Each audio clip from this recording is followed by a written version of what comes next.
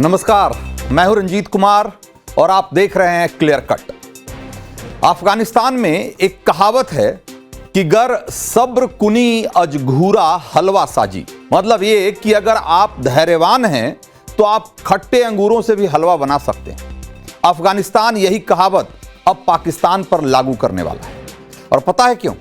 क्योंकि पड़ोस के आतंकी मुल्क ने ऐसी हरकत की है जिसके बाद जिन्ना के मुल्क पर बारूद बरसना अब तय माना जा रहा है। सबसे पहले जरा दो तस्वीरें देखिए और उसके बाद हम आपको कहानी बताते हैं। तो अफगानिस्तान की राजधानी काबुल में एक बड़ा धमाका हुआ और पाकिस्तान के लड़ाकू विमानों ने उस पर मिसाइलें दागी और इस धमाके के बाद से तालिबान जिस तेवर में है उसको देखकर ऐसा लग रहा है कि जिन्ना के मुल्क की बर्बादी अब कमोबेश तय है।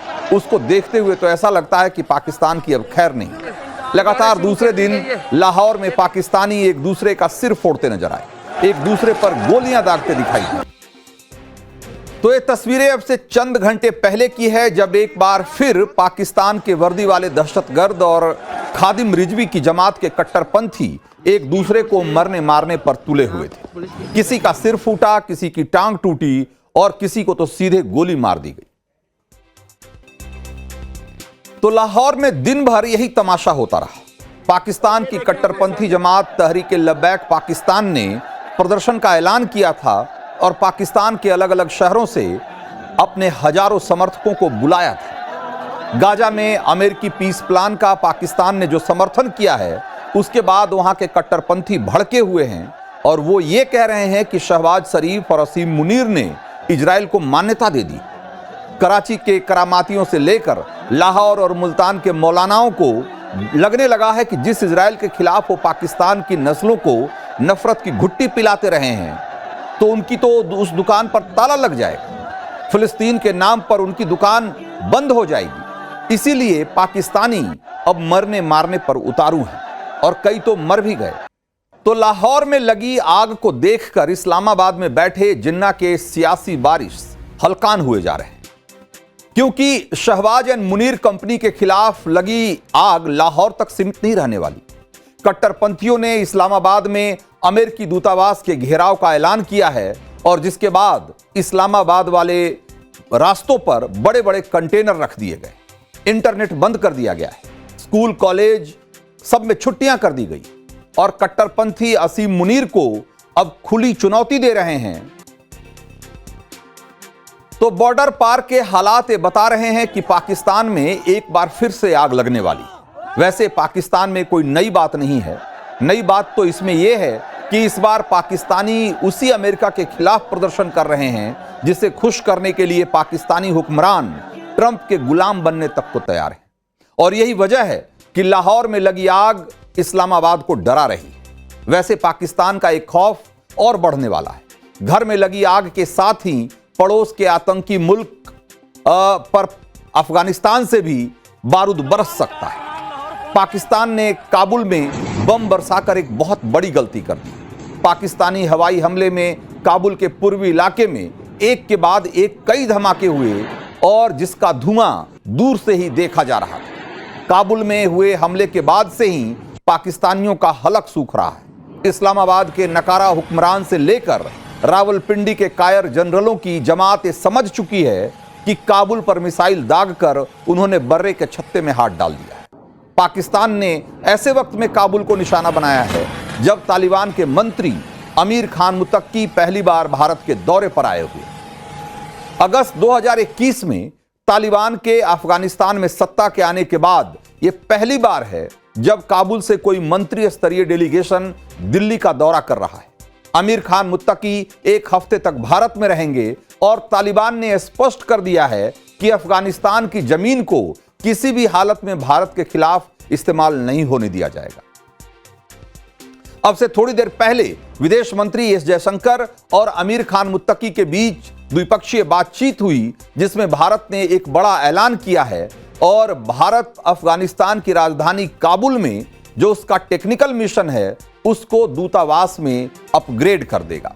भारत ने अगस्त 2021 में अफगानिस्तान में तालिबान के कब्जे के बाद काबुल में अपने दूतावास को बंद कर दिया था। ऐसे में स्पष्ट है कि भारत और अफगानिस्तान के संबंध बेहतर हो रहे हैं और शायद इसी बात से पाकिस्तान को बहुत मिर्ची लग रही है। तो तालिबान के मंत्री के भारत दौरे के बाद पड़ोस के मुल्क में बहुत खौफ का माहौल है। पाकिस्तान की खुन्नस का अंदाजा आप इस बात से लगा सकते हैं कि मुत्तकी के दिल्ली पहुंचने के चंद घंटे बाद ही पाकिस्तान ने काबुल समेत अफगानिस्तान के 3 शहरों में बम बरसा दिए। ऐसे में स्पष्ट है कि तालिबान किसी भी सूरत में पाकिस्तान को बख्शने वाला नहीं। तालिबान ने काबुल अटैक को संप्रभुता पर उल्लंघन और संप्रभुता पर हमला बताया है और इसीलिए अब पाकिस्तानी कहने लगे हैं कि उनका निशाना तो टीटीपी यानी कि तहरीके तालिबान पाकिस्तान का ठिकाना था। मुनीर एंड कंपनी सफाई दे रही है कि वो तो टीटीपी के चीफ मुफ्ती नूर वली महसूद को मारना चाहते थे। मुफ्ती नूर वली महसूद ने मुल्ला फजलुल्लाह की हत्या के बाद 2018 में तहरीके तालिबान की कमान संभाली थी और उस वक्त अफगानिस्तान पर अमेरिका का कंट्रोल था। टीटीपी ने तालिबान के साथ मिलकर अमेरिका की नाक में दम कर दिया था और आखिर में अमेरिका को अगस्त 2021 में अफगानिस्तान से बेआबरू होकर निकलना पड़ा था। अब जरा सोचिए कि जिस संगठन ने दुनिया के सबसे ताकतवर मुल्क को एक तरीके से उसके कदम उखाड़ दिए, वो पाकिस्तान की क्या हालत करेगा। और टीटीपी आप सोचिए कि पहले से भी कितना हमलावर और कितना एग्रेसिव है कि इसी साल पाकिस्तान पर उसने 700 से ज्यादा हमला किया है उसने, और जिसमें पाकिस्तान के 250 से ज्यादा जवान मारे जा चुके हैं। पिछले 24 घंटे में ही तालिबान के हमलों में पाकिस्तान के दर्जन भर जवान मारे जा चुके हैं। वैसे तहरीके तालिबान क्या है, एक बार जरा यह भी समझ लीजिए। तो टीटीपी यानी कि तहरीके तालिबान पाकिस्तान एक आतंकी संगठन है जो 2007 में वजूद में आया था। 13 चरमपंथी गुटों ने मिलकर टीटीपी की नींव रखी थी और इसी आतंकी संगठन ने 2014 में पेशावर में आर्मी स्कूल पर हमला करके 200 बच्चों को मौत के घाट उतार दिया था। खास बात यह है कि तालिबान के खिलाफ आतंकी संगठन टीटीपी को पाकिस्तानी फौज और पाकिस्तान के हुक्मरानों ने ही तैयार किया था। दशकों तक टीटीपी को पाकिस्तान ही खाद पानी देता रहा, यानी पाकिस्तान ने आतंक की जो फसल बोई थी वही फसल अब आतंकी मुल्क पाकिस्तान को बर्बाद करेगी।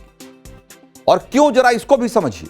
क्योंकि पाकिस्तान यह सफाई दे रहा है कि टीटीपी चीफ मुफ्ती नूर वली महसूद को मारने के लिए उसने काबुल पर हमला किया है। पाकिस्तान यह भी दावा कर रहा है कि हमले में टीटीपी चीफ मारा जा चुका है, लेकिन मुफ्ती नूर वली महसूद उसने एक ऑडियो जारी किया है और खुद के जिंदा होने और सुरक्षित होने की बात कही। अब सवाल यह है कि जो पाकिस्तान आतंकियों का सबसे बड़ा ठिकाना है, उसी पाकिस्तान से आतंकी संगठन टीटीपी इतनी नफरत क्यों करता है, और अब वही टीटीपी पाकिस्तान को क्यों तोड़ने और उसको बर्बाद करने पे तुला हुआ है, उसको भी समझिए। तो असल में तहरीके तालिबान पाकिस्तान में जो मौजूदा सरकार है उसको गैर इस्लामी सरकार मानता है। पाकिस्तान में मौजूदा व्यवस्थाएं गैर मजहबी मानता है और इसीलिए टीटीपी का मकसद पाकिस्तान पर कब्जा करना है, जो आतंकी संगठन के लिए एक तरीके से मुमकिन नहीं लगता है। पाकिस्तान में जिहादी फसल के लिए जमीन पहले से हालांकि तैयार की जा चुकी है और टीटीपी के लिए पाकिस्तान में जिहाद छेड़ना बहुत ही आसान है। अनपढ़ पाकिस्तानियों के दिमाग में जिहादी जहर भरना, पाकिस्तान के आतंकी गुटों को अपने पाले में करने से लेकर आत्मघाती हमलावर तैयार करना, यह सब भी बेहद आसान है। क्योंकि पाकिस्तान पिछले 30-40 सालों में अपनी पूरी आवाम को उसने इस कदर कट्टर बना दिया है, इस कदर जिहादी बना दिया है, इतना आतंकी सोच वाला बना दिया है कि तहरीके तालिबान पाकिस्तान जैसे संगठनों का वहां फलना फूलना, उनके लिए वहां से ऑपरेट करना, उनके लिए वहां पर अपने लिए एक बड़ी फौज तैयार करना बहुत ही आसान हो गया है। असल में पाकिस्तान की जो पॉलिसी रही है, ये टेरर स्पॉन्सर करने की, आतंकियों को सरपरस्ती देने की, आतंकियों को मदद करके भारत पर हमले कराने की, असल में उसकी यही पॉलिसी अब उसके लिए एक तरीके से बैकफायर कर रही है। वैसे भी जो पाकिस्तानी घर में लगी आग बुझाने की बजाय फलस्तीन के लिए मर रहे हैं, जाहिर है पाकिस्तान के कट्टरपंथियों के अपने पाले में करने में आतंकी संगठन टीटीपी को ज्यादा वक्त नहीं लगने वाला, और इसीलिए माना जा रहा है कि काबुल में बम बरसाकर आतंकी मुल्क पाकिस्तान ने बहुत बड़ी गलती कर दी। तालिबान पहले ही पाकिस्तान को चेतावनी दे चुका है कि उसके एरिया में घुसने का अंजाम बहुत बुरा हो सकता है, और अब काबुल अटैक के बाद कहा जा रहा है कि तालिबान पाकिस्तान के खिलाफ बड़े स्तर पर जंग की शुरुआत कर सकता है। और ये सिर्फ तालिबान ही नहीं, बल्कि जो सबसे बड़ा खतरा है, जैसा कि हमने आपको पहले बताया, वो टीटीपी से है, क्योंकि टीटीपी के लिए पाकिस्तान में एक बड़े जंग की शुरुआत करना बहुत ही आसान है, क्योंकि उसके पास पहले से एक बड़ा कैडर बेस है, और पाकिस्तान में जिस तरह के आतंकी सोच वाले लोगों की भरमार है, तो टीटीपी जैसे संगठनों के लिए उनको मजहब के नाम पर, शरिया के नाम पर और एक ऐसी सरकार की स्थापना करने के नाम पर जो पूरी तरीके से इस्लाम के आदेशों के हिसाब से चलेगी, शरीयत के हिसाब से चलेगी, जो इस्लामिक होगी, उसके लिए बहुत ही आसान है। और अगर ऐसा हुआ तो जो ये इस्लामाबाद से लेकर रावलपिंडी तक बैठे हुए जो पाकिस्तान के हुक्मरान हैं, आप समझिए कि उनके दिन भी बहुत लंबे नहीं हैं। तो क्लियर कट में अब आगे बढ़ते हैं और आपको यह बताते हैं कि नोबेल कमेटी ने राष्ट्रपति डोनाल्ड ट्रंप को इस बार नोबेल पीस प्राइज के लायक क्यों नहीं समझा। तो अगर डोनाल्ड ट्रंप शेरो शायरी के शौकीन होते तो इस वक्त जरूर मिर्जा गालिब का हजारों ख्वाहिशें ऐसी कि हर ख्वाहिश पे दम निकले वाला शेर गुनगुना रहे होते, जिसमें गालिब आगे कहते हैं कि बहुत बेआबरू होकर तेरे कूचे से हम निकले।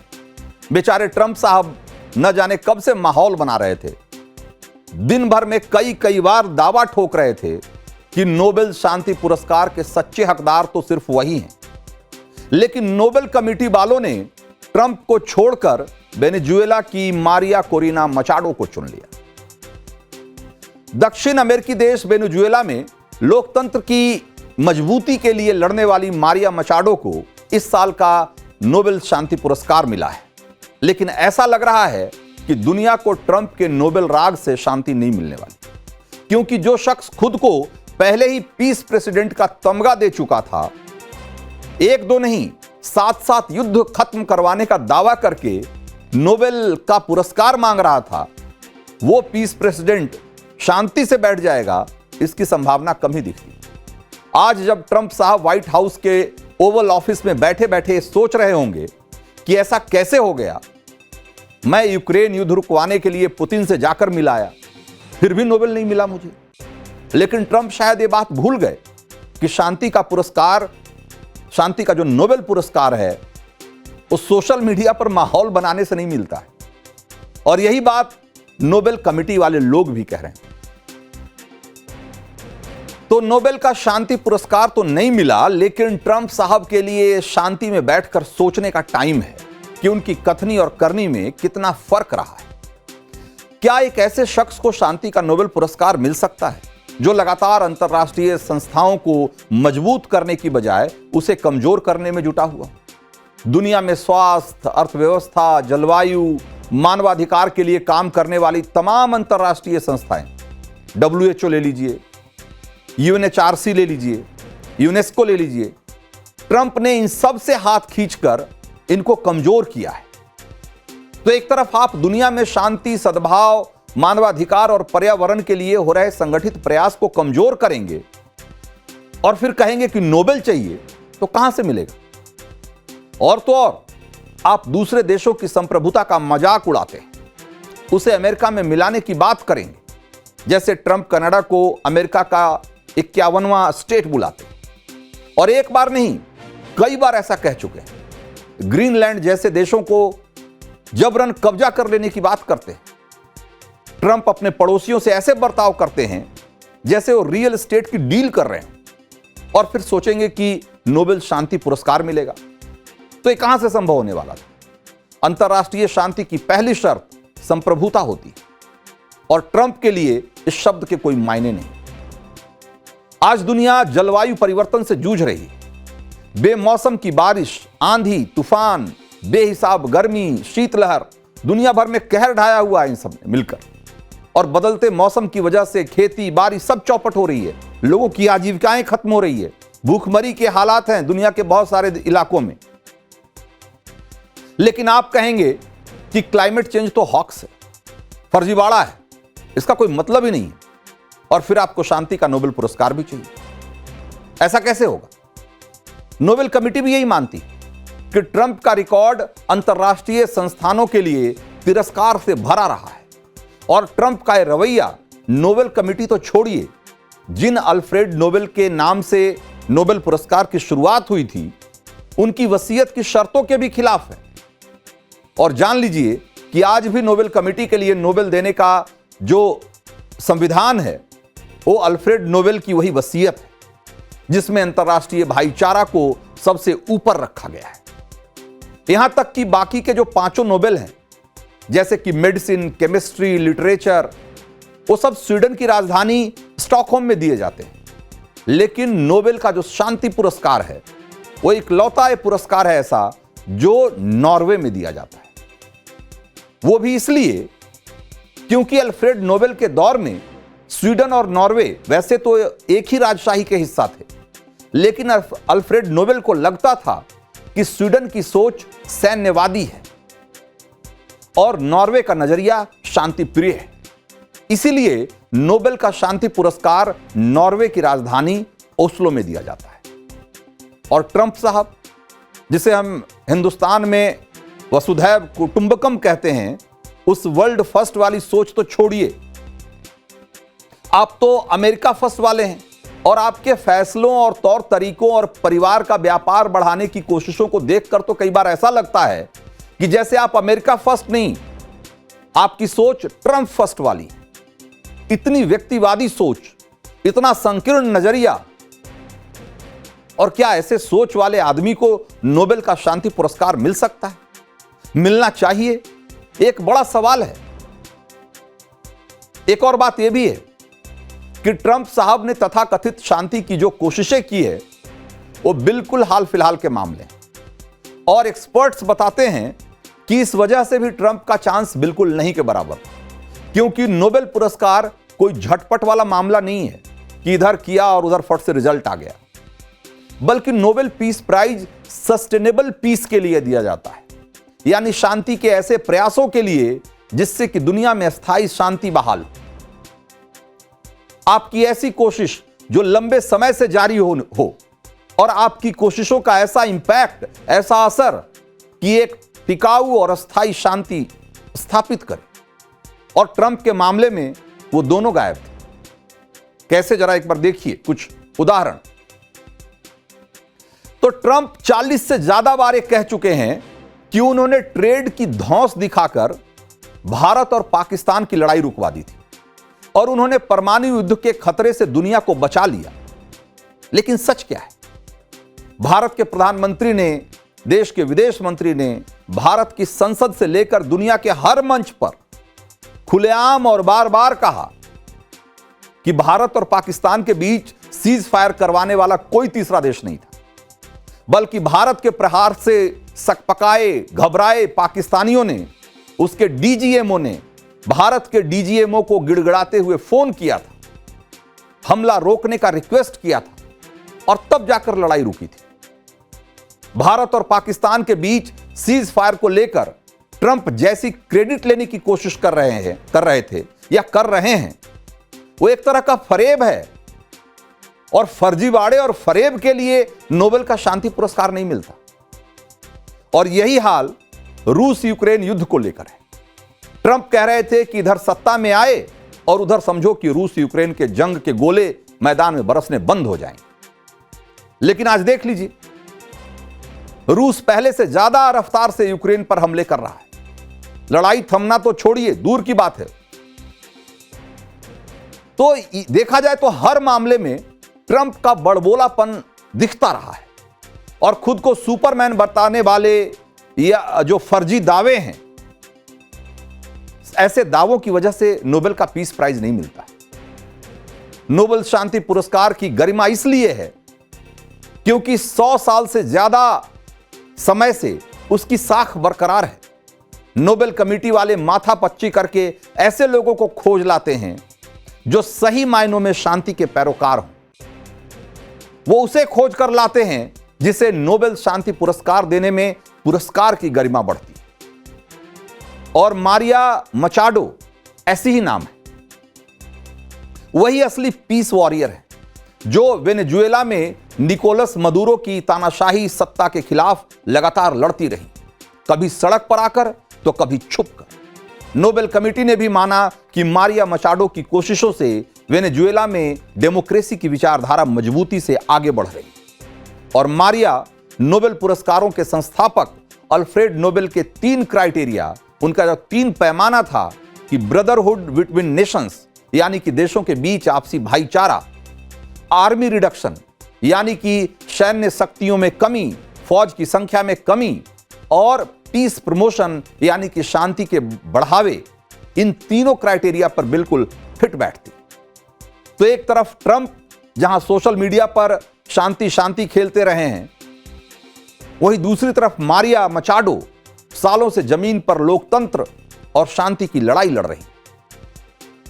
इलेक्शन भी उन्होंने जीता, लेकिन मदुरो ने उन्हें डिस्क्वालीफाई कर दिया। फिर भी मारिया ने अपनी मुहिम बंद नहीं की, लगी रही। और ट्रंप साहब जो कहते हैं कि उन्होंने इतने सारे वॉर रुकवाए, इतने युद्ध रुकवाए, उन्होंने आज की तारीख में अमेरिका को सबसे ज्यादा देशों के साथ ट्रेड वॉर में उलझा रखा है। व्यापार कारोबार के मोर्चे पर ट्रंप धड़ाधड़ युद्ध छेड़े जा रहे हैं और कह रहे हैं कि मैं तो सबसे बड़ा शांति दूत हूं। यह भी एक अलग तरह की विडंबना है। ट्रंप की पर्सनैलिटी से नॉर्वे भी वाकिफ है और वहां भी कई दिनों से सिर्फ यही चर्चा चल रही थी कि ट्रंप को अगर शांति पुरस्कार नहीं मिला तो हमारा क्या होगा, क्योंकि ट्रंप कई बार कह चुके थे कि अगर उन्हें नोबेल शांति पुरस्कार नहीं मिला तो उन्हें अलग तरीके से भी जवाब देना आता है।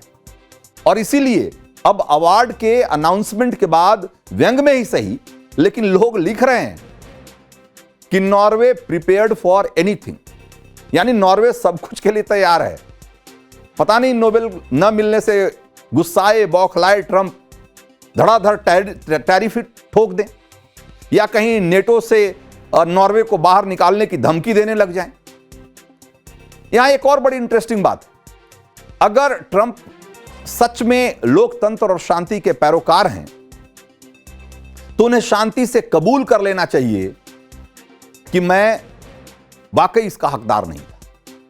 क्योंकि अवार्ड से पहले जब भी अमेरिका में पोल कराया गया, क्योंकि ट्रंप लगातार अपने को नोबेल का दावेदार बता रहे थे और वो इस बात का आग्रह, इस बात पे जोर बार बार दे रहे थे कि उन्हें हर हाल में नोबेल का शांति पुरस्कार मिलना ही चाहिए, तो अमेरिका में बहुत बार ऐसे पोल कराए गए और लोगों से पूछा गया, और आप जब उसके रिजल्ट जानेंगे तो हैरान हो जाएंगे। अमेरिका में भी 76% अमेरिकियों ने कहा कि उनके राष्ट्रपति डोनाल्ड ट्रंप शांति पुरस्कार के लायक नहीं है। तो बराक ओबामा को पीछे छोड़ने की चिंता, वर्ल्ड का सबसे चमत्कारी लीडर बनने की महत्वाकांक्षा और सुपरमैन वाली छवि बनाने की चाहत, इन सब ने मिलकर ट्रंप को जिस नोबेल का भूखा बना दिया था वो नहीं आया। तो क्या अब उनकी ये भूख और बढ़ती है या फिर ट्रंप ये मान लेते हैं कि अंगूर खट्टे हैं? देखने वाली बात। और अब क्लियर कट में पश्चिम बंगाल की मुख्यमंत्री ममता बनर्जी का वो बयान जो बंगाल की सियासत में सुलग रहा है। दरअसल पश्चिम बंगाल में एसआईआर यानी कि विशेष गहन पुनरीक्षण प्रक्रिया शुरू होने वाली है और चुनाव आयोग के सीनियर अधिकारी पश्चिम बंगाल में इसे लेकर लगातार बैठकें कर रहे हैं। और इसी बीच मुख्यमंत्री ममता बनर्जी ने एसआईआर का कड़ा विरोध करना शुरू कर दिया है।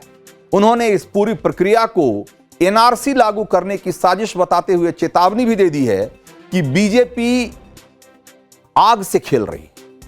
आप ममता बनर्जी के बयानों को सुनिए और फिर बताते हैं कि आग से कौन खेल रहा है और कैसे।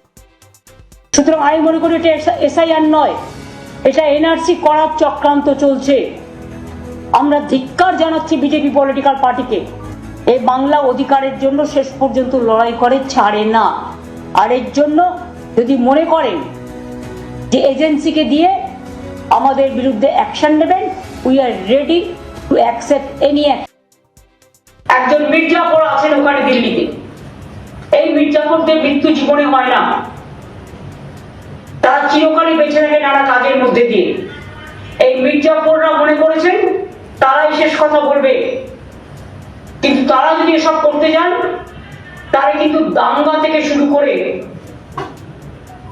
আরো অনেক কেস আছে। तो ममता के इन बयानों पर हंगामा मचा हुआ है। विपक्ष के नेता शुभेंदु अधिकारी ने दावा किया है कि पश्चिम बंगाल में एसआईआर होने से 1 करोड़ नाम वोटर लिस्ट से हटाए जा सकते हैं।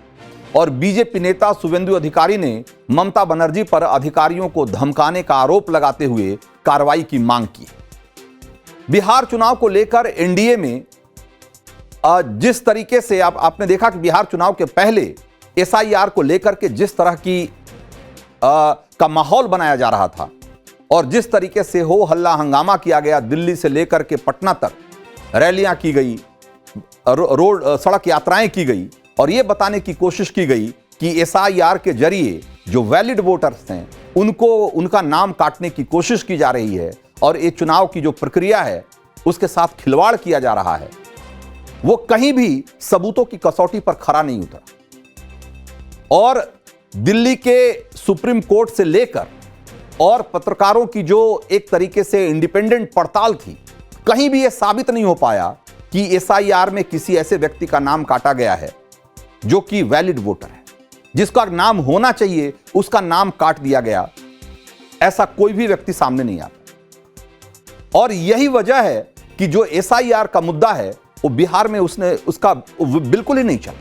बिहार में वो जोर नहीं पकड़ पाया क्योंकि बिहार के लोगों को मालूम है कि जो असली वोटर हैं उन सब के नाम आज भी उनके वोटर लिस्ट में हैं।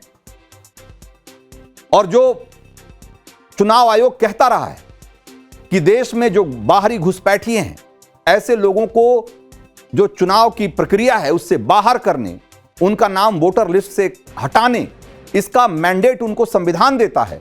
और उसी संवैधानिक मैंडेट के तहत वो बिहार में भी एसआईआर किया उन्होंने और देश के बाकी हिस्सों में भी करेंगे।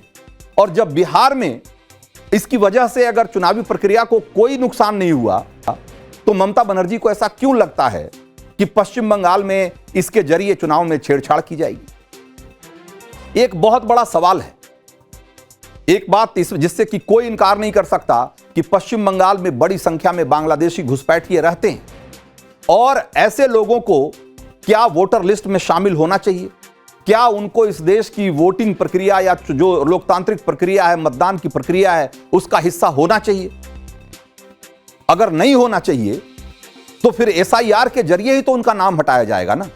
और अगर यही काम चुनाव आयोग करने की कोशिश कर रहा है तो ममता बनर्जी को इतनी तकलीफ क्यों है?